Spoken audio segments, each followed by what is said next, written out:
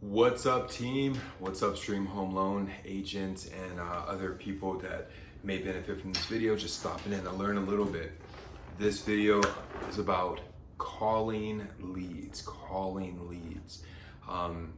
In our industry, I already made a video about different types of lead sources that we have access to. Obviously, you have referrals, that's a lead. Someone sent you that person. You have internet leads that are generated by lead aggregators, companies that put little feelers out there. People click on them, create a short application, send it through to someone like yourself.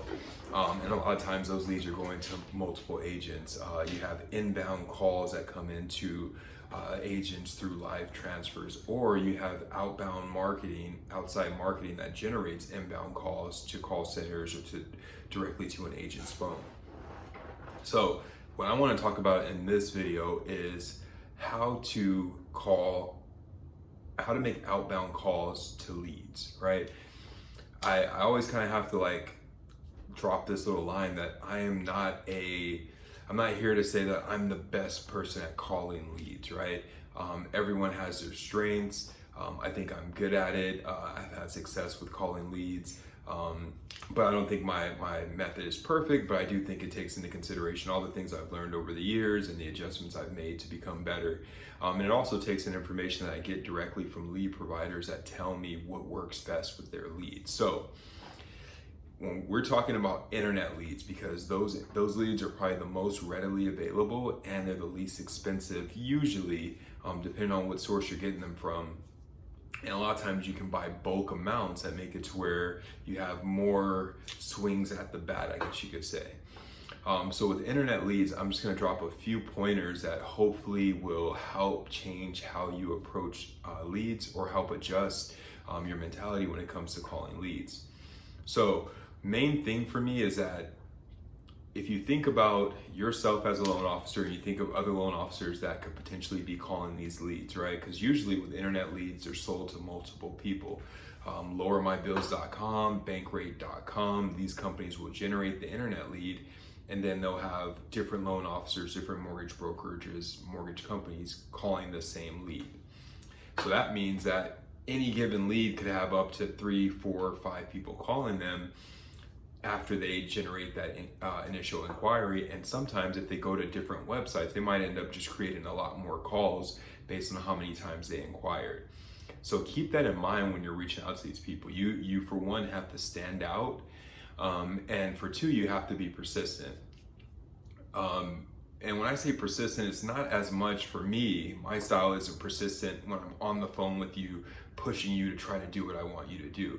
My persistence and what I think works best in this realm is the persistence of getting to the people, getting them on the phone.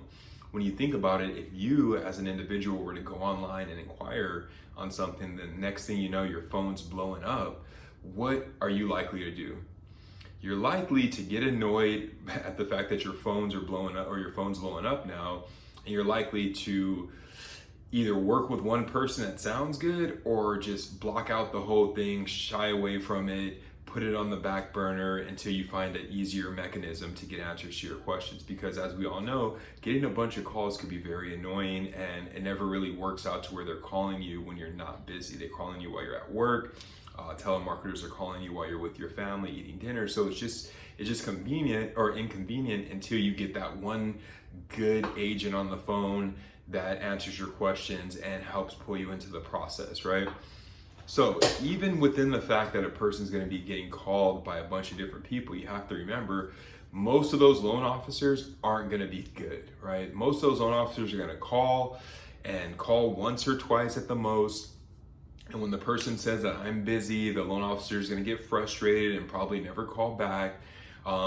So I always tell my agents there's two loan officers. There's the weak loan officer that calls and says, hi, I'm calling because I got your loan inquiry and I want to see if you're still interested in refinancing.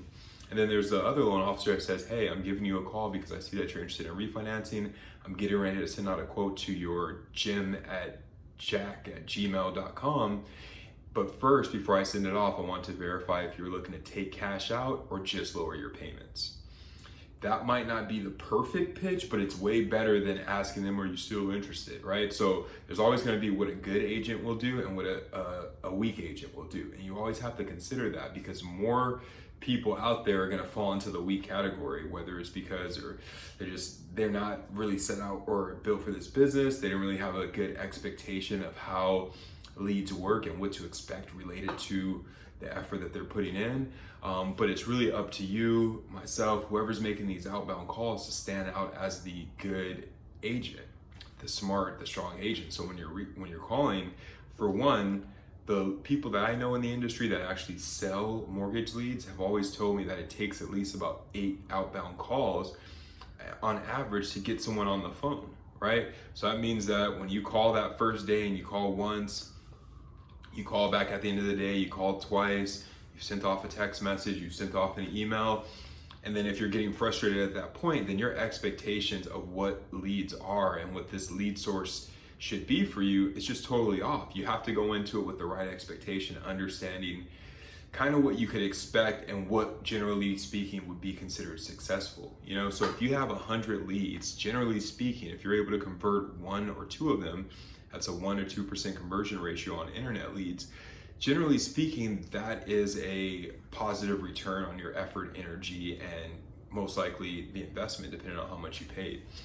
So I think that that's really important, having the proper expectation of whatever lead source you're going after, so that as you're putting in the effort and energy, it's all coordinated. You understand, okay, like on my first dial or my first 3 or 4 dials to this person, I really shouldn't expect contact.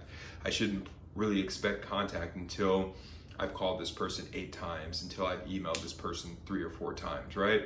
These people are getting bombarded by different people reaching out to them. So once again, the person who is consistent, persistent, and professional is going to be the one that stands out. So having an approach that once the person gets on the phone, you're considerate of the fact that yes, they're probably getting their phone blown up. Yes, they're probably going to try to rush off the phone right now and say that they're busy and want to set up a time for later on. What are you going to do in that situation when most people are going to say, hey, I'm busy, can we talk a different time? For me, I think it's really important that in those moments when that person expresses that, hey, I am busy, but at the same time, they're not saying never call me back, they're saying give me a call later on, or whatever the case is, slow them down and get an actual appointment set. An appointment that you're going to follow up on, that you're going to keep, because most agents, because they're just like not really believing that the person's that serious. They're not, when the person says, oh, I can't do it right now, but let's talk 2 days from now, most agents are going to say, okay, whatever, I'll call you back. And they're not going to create an actual appointment, and then they're likely not going to follow up at the time that the person said. When in reality is what you're doing when you're making calls is you're trying to create traction. And traction is that person asking a couple questions, that person saying to call back, that person saying that they got declined elsewhere. Any communication with a group of people that have expressed some sort of interest in refinancing or working whatever product or service you're offering, any communication with them should lead to traction. You should be finding out that person's current status and either moving them off of the list of people that you're going to work with, or adding them to the next phase of people of like, okay, this person has interest. I'm moving them from the block of they inquired to a block of this person actually has some interest, and we're setting up a secondary appointment, and treat it like your next potential deal. Set that appointment, let them know, hey, before I let you go, really want to drop some information on you. Our company's been around for however long. We've done this much in volume. I've been licensed for this long. We look forward to helping you out and answering all your questions. This is my direct line. You can send me a text with any questions that you have, and I'll make sure that I respond back accordingly. Stand out, cement the sale, right? and sometimes you're just cementing the contact, right? Cementing the sale would be after the deal is closed. Really appreciate your business. Thank you, blah, blah, blah, blah, blah, blah. Look forward to working with you in the future. Send me any referrals that have any questions. I'll give them excellent service just like you. But cementing the contact when you're making calls on the phone to just the people that have inquired on the internet, for me, cementing the contact is, hey, Miss Smith, just want you to know, I'm local. I'm here in California. I'm here in Los Angeles. This isn't an overseas call center. I'm an actual real person. I just got back from dropping my kid off at preschool. Man, this coronavirus is crazy right now, blah, blah, blah, blah, blah. Cement the contact. Let them know that you're a real person on the other end, that you're not just some guy in a big building with 100,000 loan officers, trying to get your business. Hey, I'm here to answer questions for you. And even if we can't find something that works for you, we're still going to be here to offer assistance. You know what I mean? So it's really about like standing out. And for me, it's not standing out with like some great sales pitch. It's standing out with just being a real person, being a real professional, letting them know that you're here to help them, and letting them know a little bit about yourself and your licensing, so that they understand that you at least scratch that one itch of credibility. When you let them know, hey, we're licensed with whatever state entity, you can always check us online, no disciplinary action, whatever that is, you want to lay that out there. Because a lot of people aren't going to ask all those questions on the first contact, but everyone has that, right? When you get called by someone that's offering you a service that might sound intriguing, something that you want, you're looking to get that right auto financing, you're looking to get into a new apartment, whatever it is, when you get that call, one of the questions in the back of your head that kind of prevents you from just moving forward is, who are these people? Are they credible? How do I know that they're not going to steal my information? So I think that once that person hops on the line, lets you know, hey, completely understand, you're probably getting a bunch of calls, just so you know, we're a licensed entity. We've already sent you an email. You can pull up our email with the governor or with the state secretary of state. Those are the things that are going to build that credibility, even if they didn't ask those questions, because we're all looking at this the same way when we're working with people over the phone. Unless you're walking into an established entity, most likely you're going to have some sort of guard up, some sort of wall up when you're dealing with someone over the phone. So just keep that in mind. Other thing to keep in mind when you're prospecting is consistency. I had a loan officer that worked for me before, and he was independent, so he didn't work in the office, he worked remotely. And he wasn't having the success that he wanted to with the leads that I had given him. And I was like, well, what type of hours are you working? What type of system do you have for calling? And he was like, well, I'll make some calls in the morning, and then I'll make some calls at night, and then here or there. And I'm like, that's hit or miss. You're looking for, like, in that situation, you're almost looking to get lucky, as opposed to a scenario where you're blocking out big chunks of time to make calls. This is I feel like the loan industry and sales in general is an environment where you can create flexibility within your work schedule and really kind of define when you want to work, and how you want to work your hours. But that's after you've established a rhythm and a method of prospecting that works within that. Like, I'm sure you could set it up to where you work in the morning and you have the midday off, or I'm sure that eventually, right? But up front, to crack this code, to make things happen, you need to put in that full block of the day, so that when you're making calls in the morning, you're still active at the time someone calls back and it's like, hey, who called me? And then you're able to say, hey, it's me, I'm giving you a call in response to this. We have blah, blah, blah, blah, blah going on. You have to capture all those contacts to be successful. You're not gonna be able to just tap in a little bit and come back later and make it happen. I just don't believe in that. To anything that's worth, like anything that's gonna really be valuable, like a high income industry, either like if you're an attorney, you're gonna have to work long hours, you're gonna have to put in a lot of effort and energy. You're gonna have to really dig to get to those higher incomes. It may not be sales, but there's gonna be a different exchange of value, right? In sales, it's gonna be really digging deep to find the clients and really going above and beyond to hit those income numbers. It's not gonna come easy. I think it becomes easy once you understand that it's just about putting the effort and energy in consistently. Then you're like, wow, this is actually pretty easy. But if you go into it, you're not putting in the effort and energy, you're not getting past that first hurdle of understanding what it takes to bring a transaction in, then it's always gonna be like an up and down thing and a little bit of a struggle, as opposed to effort, energy before anything, effort and energy before skill, effort and energy before talent. You know what I mean? Like, all that other stuff, talent, great sales skills, all that stuff, that shit comes later on.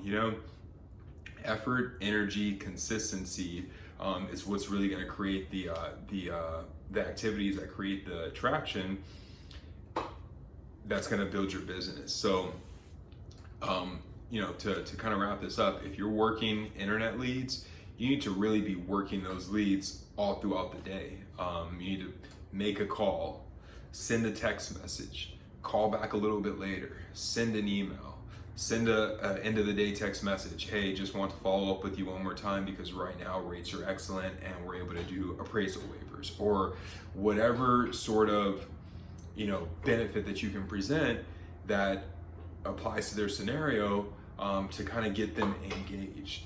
And then if you don't get any contact that day, you need to do the same thing the next day and follow up and be creative with how you reach out to these people, because as you start to crack the code of like, oh, you know what?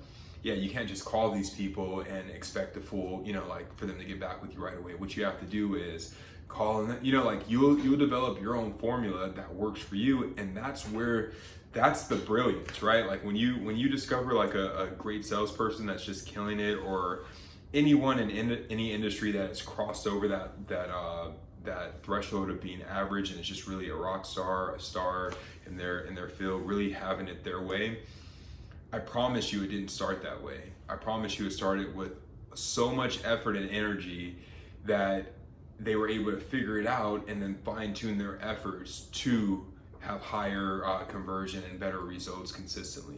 While everyone else probably just sees that, hey, this person works a lot or works hard and they've been making it happen from the start. That person's been working hard from the start because they've been trying to figure that shit out, So keep that in mind. Work hard, dig, add tools to your repertoire, through learning about the products that you're offering. Become well versed so that when you're talking to someone, you're able to educate them and not just try to sell them, right? I can educate someone and say, hey, you know what, it might be a good time to move and look at what you can get right now, because the market is doing this and the market is expected to do this, right? If you don't have any education or any opinion that's backed with some sort of knowledge, then you can't really be directive. You can't really be an advisor. You're just gonna try to sell them something, as opposed to like, hey, I do get what you're saying, but I think that this makes the most sense seeing what you're trying to achieve. And a lot of times customers respect that. Like if you're actually giving them, like you're looking out for them, you're laying it out, and it's all within a perspective of trying to help them, then for sure, like, a customer's gonna respect that. You're the professional in the industry, not them. They're coming to you to find out what's available. So you got to lay it out to them, really take into consideration what their goals are. That's the only thing that matters in the scenario. What's the benefit to the client, and figure out how to present it to them so that they understand everything related to it. So be knowledgeable, work hard, put in the time, effort, and energy. Be consistent. Keep in mind the what you should be expecting with whatever lead source, so that you're not getting frustrated prior to a time you should be frustrated, right? If it takes 10 dials or 10 calls to get this lead on the phone, you've called 3 or 4 times, now you're frustrated. Your expectations are off, but now if you're like, hey, you know what? I know that it takes 10 times to get this person on the phone. Let me set this up so that over the next 2 days, I hit this phone at least 2 times. Now you're getting more in line with the proper expectations of whatever lead source you're working. So keep that in mind. Do some research, read some scripts that are working out there. YouTube, there's a lot of good sales reps out there. Learn and figure out what works for you. But at the end of the day, the persistence, the knowledge, and the professionalism is going to work in most fields. So good luck with that. Send me an email, put something in the comments. Let me know any questions that you have. Call me. I can answer any questions that you have, do some role playing with you, and help you improve your sales skills so that you can hit the numbers that you want to hit. All right, guys, streamhomeloan.com. Have a great day. Thank you.